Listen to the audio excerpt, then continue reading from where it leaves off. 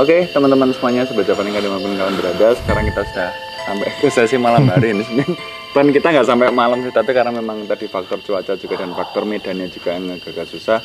Ya ini mau nggak mau kita lanjut lagi di sesi malam hari. Ini adalah sebenarnya destinasi terakhir kita dari seluruh rangkaian tour di Merapi ini. Ini kalau bisa kalian lihat ada dua fosil dari sapi ya ini Om. Iya Mas. Sapi atau kuda? Sapi. Ini sapi.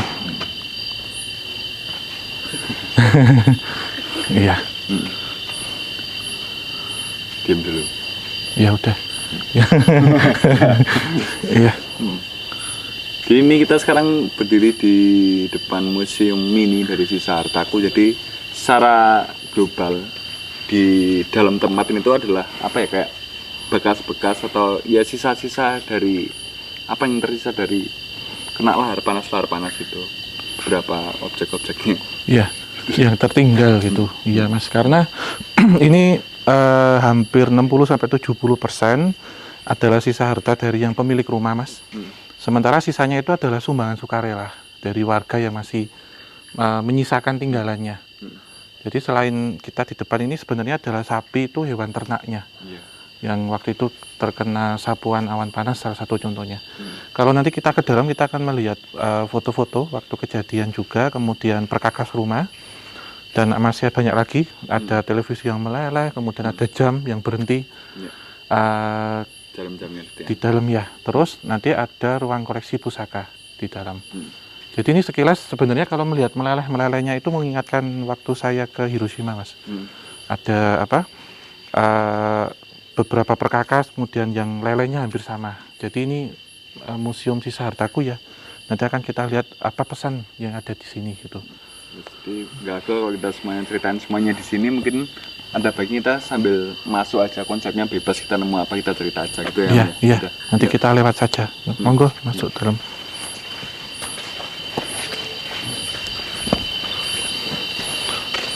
Ini ada pesan Merapi nih Mas, kilas. Iya. Ada sedikit pesan Merapi. Ini dalam bahasa Jawa ya. Aku ora ngalah. Aku nanti disebut dalam bahasa Indonesia ya Mas ya. Saya bacakan. Aku ora ngalahan tur ya ora pengen dikalahki. Saya tidak mau mengalah, tetapi juga tidak mau dikalahkan. Nanging mesti tekan janji nih. Tetapi pasti akan sampai janjinya. Mung nyuwun pangapura nek ana sing ketabrak. Ya, minta maafnya kalau ada yang ketabrak. Ya, keseret. Kentir itu terhanyut, kebanjiran, dan kelelep atau tenggelam. Mergo ngalang-alangi dalan sing bakal tak liwati. Sebab menghalangi jalan yang akan saya lalui. Itu. Ya, bukti dari kegagalan dari Merapi itu sendiri. Iya. Monggo Mas.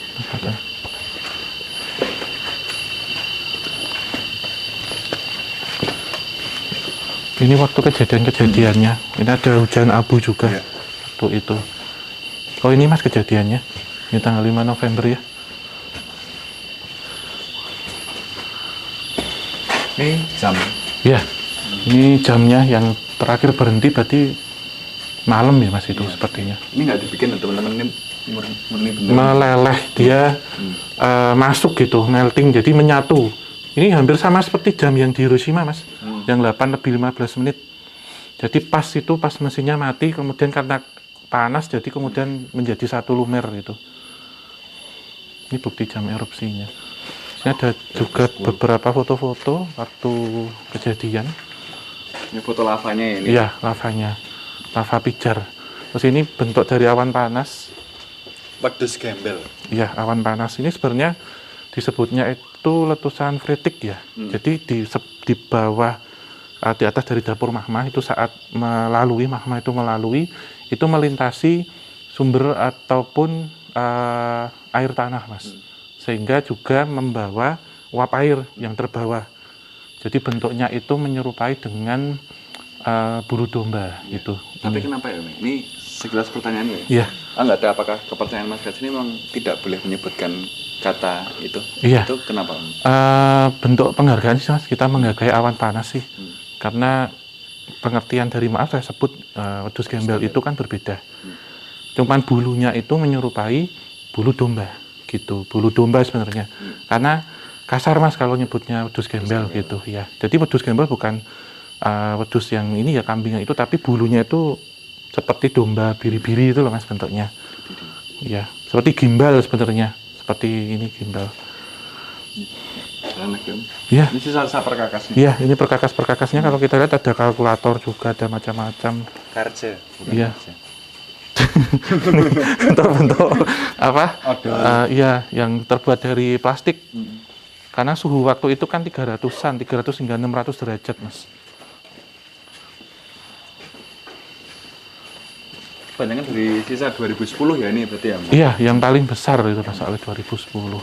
Tapi kalau kita berbicara tentang sebuah residual energi, Iya. ketika kita bicara tentang sebuah benda pasti akan meninggalkan sebuah residual energi. Iya. Apakah mereka juga ikut merekam juga? Iya Mas, ini kalau kita rasakan memang terasa ya, tetapi kalau kita lihat secara para psikologi ya, jadi berkomunikasi dengan objek apapun itu, memang banyak yang akan menyampaikan pesan, tetapi ini kita random karena tidak mungkin kita kalau satu-satu akan kita ceritakan. Terus ini kalau sebelumnya kita membahas tentang bunker, ini bisa kita lihat foto before and after-nya nih Mas. Iya. Jadi sebelumnya seperti ini, kemudian setelahnya seperti ini, mungkin kamera bisa mengikuti saya. Nah ini dahulunya ketebalannya seperti ini Mas. Jadi kita duduk di sini kan tadi, Iya. setelah terkena erosi coba ketinggiannya seberapa ini? Langsung habis ya. Iya, terus ini yang mulut bunkernya, kalau kita lihat juga. Terus itu Mas jalannya Mas, bentar. Yang depan kita tadi. Jadi otomatis yang tertampang sekarang itu sudah sangat-sangat berbeda jauh dengan yang ada dulu ya. Iya, Secara kalau kontur-kontur konturnya, tanahnya pun iya juga benar. Karena pasti di sini ada peleburan Mas. Peleburan lokasi gitu, pasti ada perubahan yang berbeda. Ini alat-alat musik kalau ini Mas, ini baju juga. Iya, ada kacamata dan macam-macam. Kita masuk sini Mas, bentar. Iya. Ini pusaka ya? Pusaka di sini. Ya kita sebentar lagi. Oke. Ini foto-foto waktu ini kejadian nih Mas. Kalau kita lihat ternak ya, ini ternak yang terkena erupsi. Tapi ini panas ya. Ini udah mereka di evakuasi itu emang Masih. panas ya. Iya, masih Mas, masih tertinggal karena seperti tadi yang di bunker ya Mas ya, kita lihat itu kan saat evakuasi itu bahkan suhunya masih sekitar 120 hingga ada yang 200 juga. Jadi materialnya mengendap, meninggal gitu, meninggalkan tempat itu. Dan butuh waktu untuk menurunkan derajat kepanasannya itu memang butuh waktu. Tapi waktu kejadian ini kan kalau kita lihat kan memang banyak korbannya. Itu apakah memang meletusnya itu di luar perkiraan atau gimana? Misalnya kan ada panggilan, ayo evakuasi, Iya, evakuasi, evakuasi. sebenarnya sudah ini Mas, sudah ada deteksi dini ya, sudah ada pencatatan secara vulkanologi dan mitigasi bencana.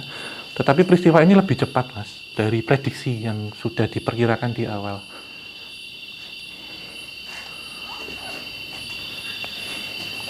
Ini ayam ya? Oh iya, ini ayam Mas. Fosil. Iya, jadi dijadikan satu. Itu jam. Bersyukurlah untuk Anda yang terhindar dari bencana. Iya. Cukup Kita- dalam itu biasanya kalau kita habis ada bencana kan sering ada di TV atau gitu ya. Memang Iya. harus disyukuri juga ya Om ya. Iya, Kita- karena memang apa ya, berkah ya kita masih bisa bernafas juga, kita masih bisa bersama dengan apa yang kita cari selama ini, karena sejatinya harta itu semuanya hanya titipan. Jadi kapanpun diambil itu kita harus siap, termasuk nyawa yang ada di tubuh kita juga. Jadi sebanyak pun yang kita punya itu hanya titipan, sehingga di sini kita bersyukur dan bisa mengemban amanah yang dititipkan ke kita Mas. Tapi saat kita kekurangan itu juga sebenarnya ujian juga, di mana kita bersyukur betapa pentingnya apa yang kita miliki. Apakah nanti kita bisa diberikan amanah, dititipi itu menjalankan semaksimal mungkin gitu. Semuanya adalah titipan Tuhan Yang Maha Kuasa. Kita sebelah Mas.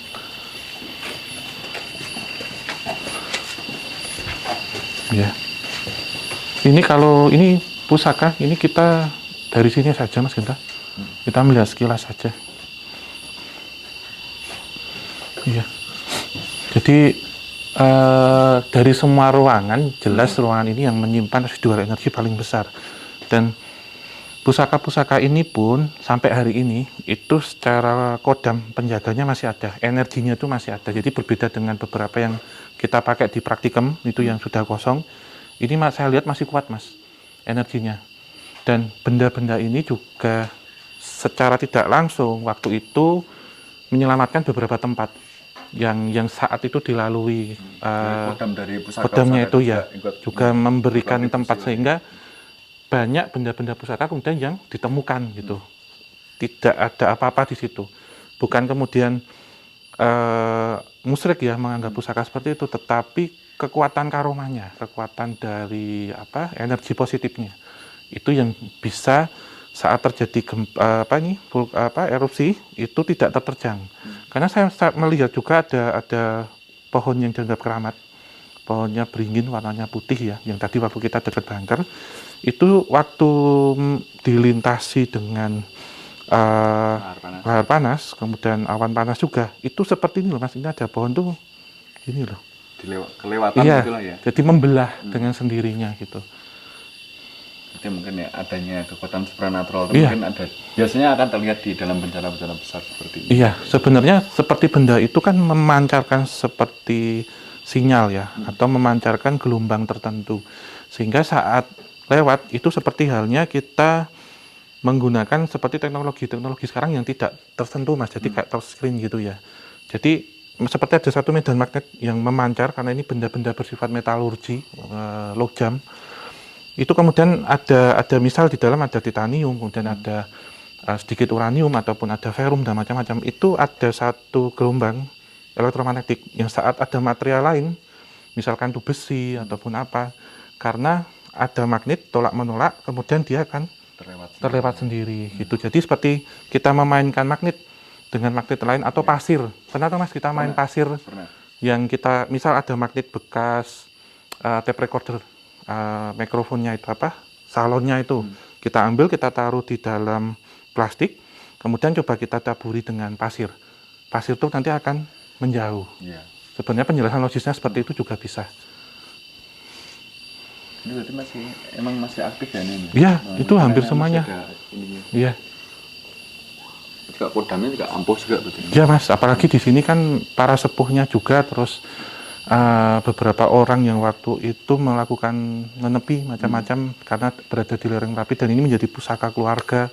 Lantas saat kejadian itu secara tidak langsung sedikit pun juga bisa menyelamatkan. Gitu. Itu gambarannya gimana sih misalnya kalau dalam sebuah bencana terus tiba-tiba kodam dalam pusaka itu dia biasanya akan terpancarnya seperti apa? Mengeluarkan aura mas, termasuk seperti ada cahaya kilatan, dan ada juga yang waktu itu dia beliaunya ini termanifestasi sementara ke alam astral, sampai kemudian setelah bencana surut akan hadir kembali, sehingga ini beberapa yang ditemukan kalau saya lihat ada keris, ada kemudian pedang, ada batu-batu mustika di situ, itu yang kemudian selamat lah gitu, secara tidak langsung selamat.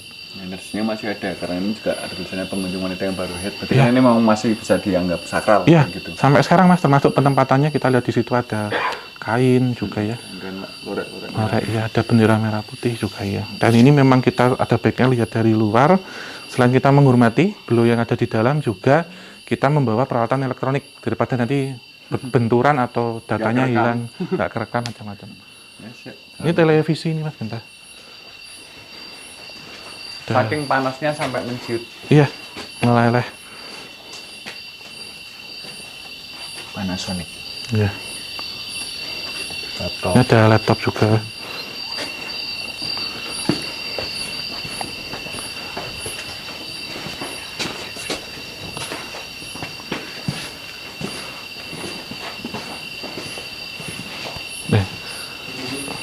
Oh, ini anjing-anjing yang tadi.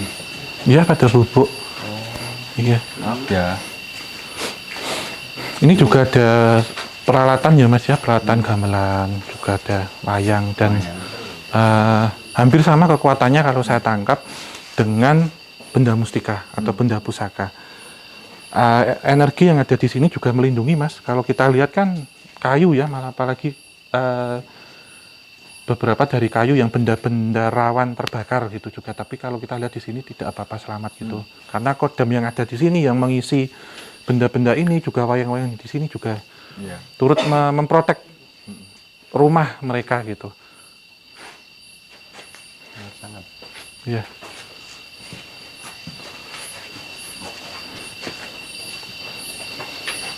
Ada mana lagi nih? Kita ke sebelah sini aja. Sini. Iya, ini Mas Genta. Kaget. Ini pada tidur, Mas. Lucu. Iya.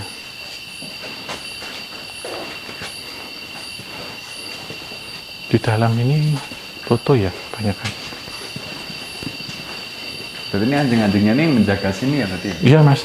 Jadi kalau ada niat tidak baik, mohon maaf ya, mungkin mau megang, mencuri ya. Ini gambar rumahnya dahulu ini, Mas. Maket sebelum terjadi erupsi. Oh, Gambarannya seperti ini. rumahannya. Iya. Jadi ini posisi kita kan sekarang berada di sini. Di sebelah sini. Tadi kita masuknya dari sini. Ini tadi ada gambar batu alien. Apa? Batu alien bukan? Iya. Ini yang di tepi jalan Magelang dulu Mas Rumah Genta. Gelang yang ini ya katanya hampir nabrak rumah itu ada. Artinya kalau aku sempat dengan ceritakannya di daerah Magelang itu ada satu rumah yang dia itu yang lainnya rubuh karena ketabrak sama batu-batuan besar Merapi, tapi dia nggak rubuh sendiri. Iya Mas. Ini beberapa yang saya sampaikan tadi. Ada batu-batu yang sebesar ini Mas, yang di bawahnya itu masih ada pemukiman. Jadi bagaimana susahnya untuk mengevakuasi waktu itu. Ya, sebelah sini. Oh. Ya, ini beberapa fenomena-fenomena. Ini ya kepercayaan tentang menganalogikan ini ya Om ya, bentuk-bentuk di awan ya biasanya. Iya, yang sekilas. Kalau ini kita bisa melihat sekilas, tetapi saya tidak ada wewenang untuk menceritakan untuk ini. Karena ini multi tafsir dan setiap orang opininya berbeda. Walaupun gambaran saya diberikan sedikit gambaran, tetapi itu biarlah menjadi tafsiran gitu, berbeda-beda opininya biar berbeda-beda. Tapi mungkin nggak sih arti awan panas yang tergambar itu merupakan pesan dari Benar. yang ada di sana? Iya, Itu, secara sekilas tersirat iya Mas. Cuman ini akan beda yang setiap orang penangkapannya ya, yang dirasakan semuanya kan berbeda. Karena mungkin ketika mungkin yang muncul yang semar itu kan bisa diartikan banyak ya, maksudnya Iya. yang semar juga mau ngapain juga kayak gitu. Iya, ini yang Petruk juga berbeda. Ini batu alennya kelihatan banget Mas. Terus Banyak di sini. Iya. Iya. Dengan seperti kayak merah putih.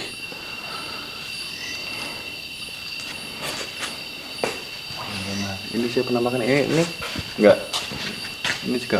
Iya Mas, sama.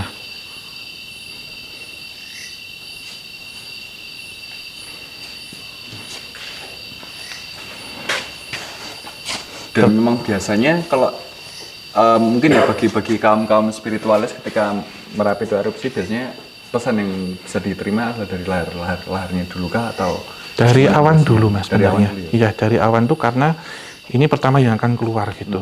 Lalu diikuti dengan fenomena setelah itu susulan pasca itu apa itu. Terkadang pesan seperti ini itu hanya diberikan ke orang itu sekedar dirinya sendiri. Untuk hati-hati dan harus bisa menyampaikan ke orang lain agar tidak membuat panik gitu. Bagaimana cara mengemasnya? Kalau tidak berani, mending tidak berani. Seperti saya Mas, kalau saya tidak yakin, mending tidak usah. Jadi cukup berhenti di saya saja.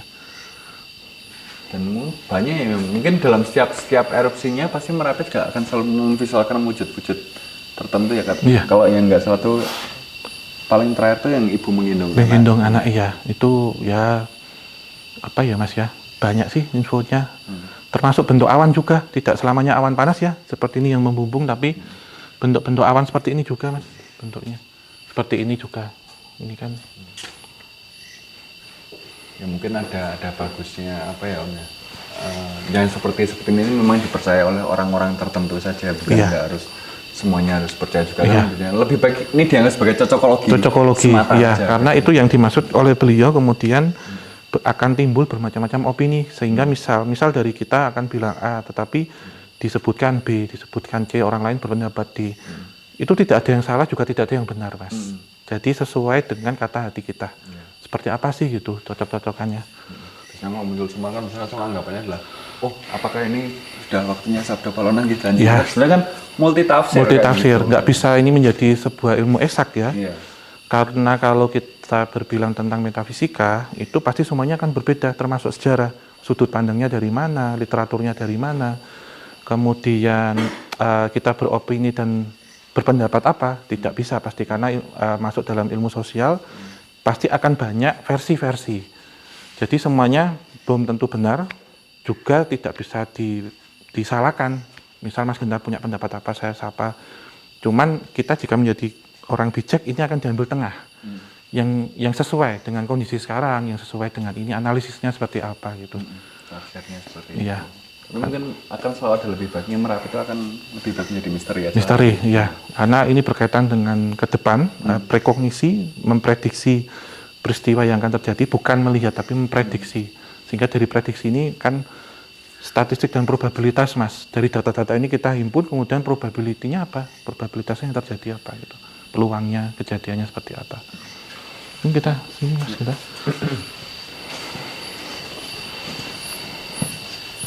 Ini, oh, Iya. lagi nggak sih? Iya, kita muter lewat luar lagi.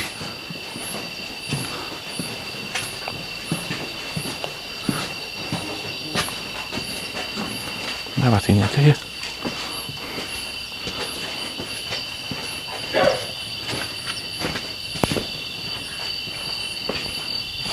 Udah habis. Udah. Ini sepertinya ada. Mana? Udah habis. Udah habis. Closing aja di sini. Ya. Kita ke sini aja, Mas. Kalau sini apa, Mas Windy? Coba disorot. Ini Mas. Oh ya, sini aja closingnya. iya. Ya. Nih, kata-kata yang pas buat closing. Ya. Dengan Anda melihat bekas sisa erupsi Merapi, maka dalam tanda kutip ya, renungi, resapi arti hidup ini. Jadi sejatinya apa yang ada di kita, apa yang kita miliki, itu semuanya hanya titipan oleh Tuhan Yang Maha Kuasa. Jadi seandainya akan diambil kembali oleh yang menitipkan, itu kita harus legowo, harus siap. Itu tidak hanya harta, Mas, nyawa juga. Itu sih.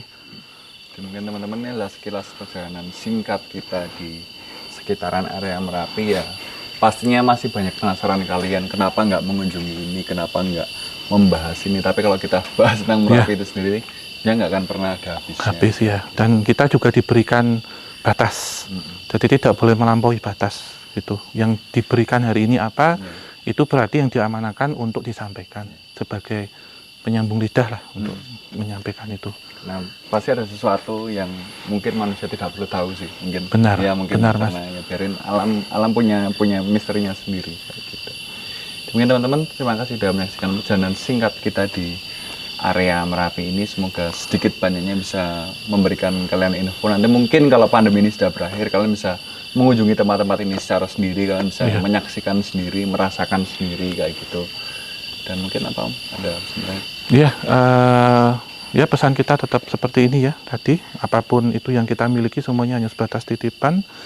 Kita harus bersiap jika suatu saat itu akan diambil. Kita harus legowo. Tetapi setidaknya kita harus bisa memantaskan diri menjaga titipan itu, Mas. Harus bisa kuat juga menjaga titipan itu. Ya mungkin akhir kata ya Mas ya. Diucapkan banyak terima kasih untuk teman-teman Sobat Javanika, terutama anggota membership yang sudah mensupport kita dengan menjadi member. Terus untuk yang like, komen dan share video kita sebanyak mungkin biar kita bisa jalan-jalan. Yang selama ini masih nonton belum subscribe, kalau bisa juga subscribe gitu. Dan ini untuk yang bertanya kapan Mas Genta mau ke Alas Purwo, ini sebenarnya kita sudah mengurus untuk perizinan, insya Allah secepatnya kita akan ke sana. Tinggal menunggu callingan aja. Iya benar, karena masih situasi pandemi seperti ini.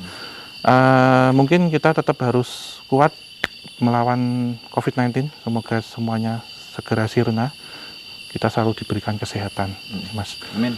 Akhir kata, wabillahi taufiq wal hidayah. Wassalamualaikum warahmatullahi wabarakatuh. Mugi tansah binaringan rahayu sagung dumadi. Amin ya rabbal alamin. Terima kasih teman-teman semuanya, sampai jumpa di perjalanan gerbang antar dimensi selanjutnya. Tunggu Mas. Ya.